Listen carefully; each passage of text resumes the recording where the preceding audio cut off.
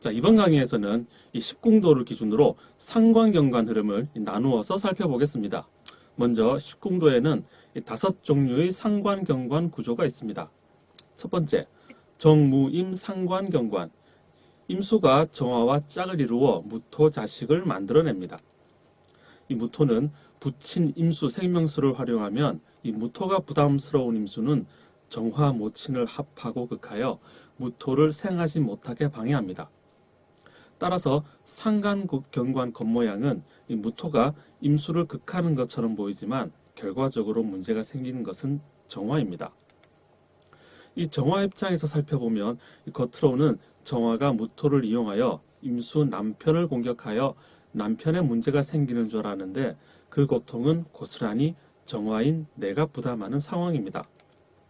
이때 임수가 너무 강하면 정화에게 발생하는 문제는 이 정화 열기의 체성을 상실해버리고 임수에 휘말려 들어가 존재감을 상실합니다. 임수는 저승사자로 흑색이자 어둠이고 어둠 속에 이루어지는 행위들입니다. 예로 조폭, 암흑가와 같은 물상입니다. 보통 정화가 임수를 만나면 이 정관과 합하여 좋다고 생각하지만 이 임수를 감당하지 못하는 정화에게는 극히 고통스러운 존재입니다. 왜냐하면 임수는 이 정화를 잡아먹는 저승사자와 같은 역할이기 때문입니다. 사주팔자 예문을 보시겠습니다. 키가 크고 피부가 희고 고우며 노래를 잘하고 춤을 잘 추는 암흑가의 기녀였다고 합니다. 이 정화가 임수 정관과 합해서 좋을 것이 없는 이유는 이 어둠이 너무도 강하기 때문이고 어둠 속에서 등촉을 밝혀야 하므로 어둠에 이용당하는 기녀가 되었습니다. 남편을 사별하였습니다. 일도 잘 풀리지 않습니다. 이 어둠 속에서 자신의 체성을 드러내기 어려운 정화가 되었습니다. 수많은 흑색들의 수기들을 감당하지 못하니 무술, 정유를 지날 때 남편을 잃고 일도 풀리지 않으면서 스스로가 힘들어집니다. 38세 당시의 상황으로 숙명여대를 졸업하고 미혼이며 섬유업체의 중국 사무실에서 근무하였습니다. 이 연월의 시공간이 너무도 어두우니 그 땅을 버리고 중국에서 살아갑니다. 이 여인은 연과 을에서 을계무 삼자조합을 이루니 공직물상으로 이 시청에서 근무하다가 임진대운에 이 정관이 와서 좋은 것이 아니라 어두운 밤길에 더욱 어두워지면서 애인이 생겼고 중년 이후에 남편이 죽고 캬발의 꽃뱀이 되었다가 말년에는 가보대운을 만나 스님이 되었습니다. 이 정화가 해자축을 지나는 동안 어둠 속에서 자신의 정체성을 유지하지 못했습니다. 두 번째, 계간무입니다. 이 무토가 계수를 끌어와 무게 합하고 계수가 자식 갑을 낳으면 갑은 자신의 생명을 보호하고자 부친 무토에서 안정적인 터전을 마련하려고 합니다. 만약 이 과정에 갑과 무의 관계가 적절하지 않고 수기가 충분하지 않으면 갑은 마른 무토의 땅을 과격하게 직선으로 찌르면서 무토의 표면에 구멍이 뚫립니다. 이 사계도로 살피면 그 이치가 굉장히 명확합니다.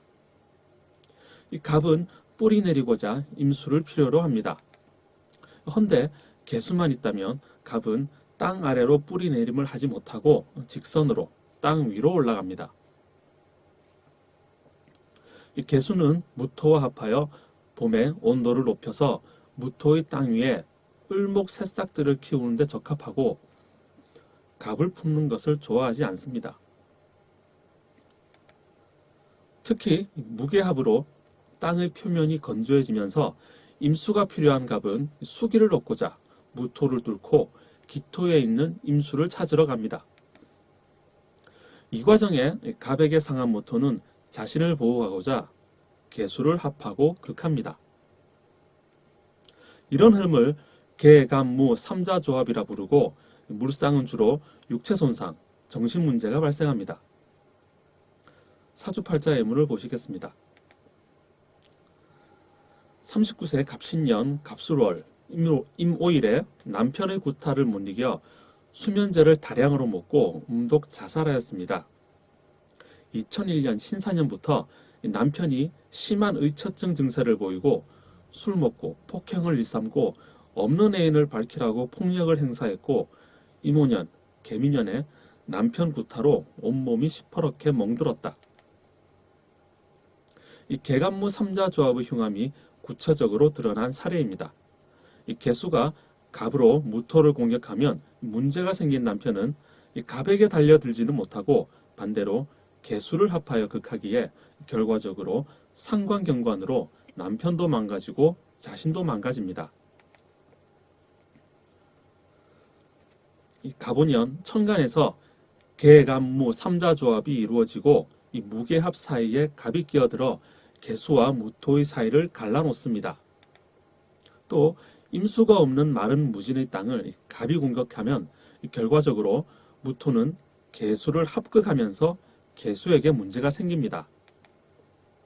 이 학색은 갑오년 전까지만 해도 학업도 우수하고 반장을 하였는데 이 갑오년에 개간무 3자 조합 때문에 일종의 정신병 증세가 생겼고 방황하고 공부도 못했으며 성정이 난폭해지면서 부친에게 거칠게 대들고 힘들게 지냈습니다.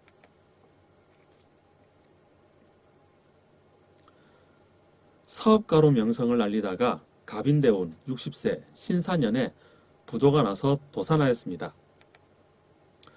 이 구조도 무게합하는데 갑인대운의 월주, 사회국 무토가 개간무 3자 조합으로 상하면서 부도나 도산했습니다.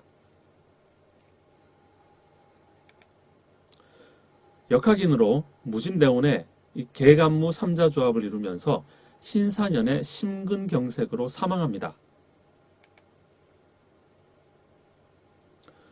몸에 상처가 많고 자살을 시도하며 담뱃불로 자신의 육체를 학대한다. 자, 이 사주는 사주팔자 원국에 정확하게 개간무 3자 조합을 이루고 있습니다. 또 좌우충의 오축으로 성정이 순간 폭발적입니다. 하나만 더 해보죠. 세 번째, 기경갑입니다. 기토와 갑과 합하여 결과적으로 열매를 만들어내는 흐름이 기경갑 상관경관 구조입니다. 갑이 안정적인 터전이 필요해서 기토와 짝을 이루어서 뿌리 내리기 시작하면 이 기토는 갑의 뿌리를 이용하여 꽃과 열매를 만들고 경금 열매는 갑목 뿌리를 활용하여 수확하기 시작합니다. 따라서 기토와 경금의 입장에서는 열매를 맺는 필연적인 과정이지만 갑목 입장에서는 경금 자식에 의해서 자신의 생기를 잃게 되는 상황에 처하고 결과적으로 기토가 경을 생하지 못하도록 갑기 합하고 극하면서 기토를 괴롭힙니다. 경금이 갑을 공격하면 갑의 생기와 출발점에 문제가 생기면서 출발도 못하고 시작도 못하고 가만히 있어야만 합니다. 기토일간 여자가 갑목 남편을 만나 자식을 낳았더니 남편이 이상하게 백수로 놀더라, 그런 흐름이죠. 갑이 출발하지 못하니 마치 회사에 출근하지 못하고 집에서 놀고 있습니다. 갑 남편 존재가 사라집니다. 사주의 예문을 살펴보죠. 고대 전자공학과를 졸업하고 전자회사 연구개발 팀장으로 주식 옵션 200억을 받아서 거부가 되었습니다. 하지만 갑인대운 부인이 신장암으로 사망하고 아들들과 부인 묘에 가다가 아들 2명이 모두 죽고 본인은 하체가 불구가 되었으며 간암 살기로 투병 중입니다. 기경이 있는데 쓸데없이 갑이 와서 갑기 합하고 경금이 갑을 상하면 갑은 반대로 기토를 합하고 극하면서 갑도 상하고 기토 상하는 악순환이 발생합니다. 무능력하고 의처증이 있는 남편한테 맞고 사는 팔자입니다. 갑기 합하는데 경금이 강하게 갑목 남편을 공격하면 갑목은 인사불성으로 무능력해지고 출근하지 못하면서 정신에 이상이 생기고 의처증이 발생합니다. 간목인 경금을 감당하지 못하기에 오히려 기토를 합극하여 괴롭힙니다. 이것이 의처증이 있고 구타하는 남편과 살아가는 이유입니다. 정리하면 상관경관하면 마치 남편만 상하고 자신은 멀쩡하다는 착각을 하지만 전혀 아닙니다. 그 이유는 상관이 정관을 공격하면 정관은 그 고통을 참지 못하고 합하고 극하면서 남편도 부인도 모두 상할 수밖에 없습니다. 두 번째로 상관경관의 특징이 모두 다르다는 것을 기억해야만 합니다. 정무임과 같은 구조의 수기가 무거우면 정화는 어둠 속으로 들어가서 밝지 못한 삶을 살아갑니다.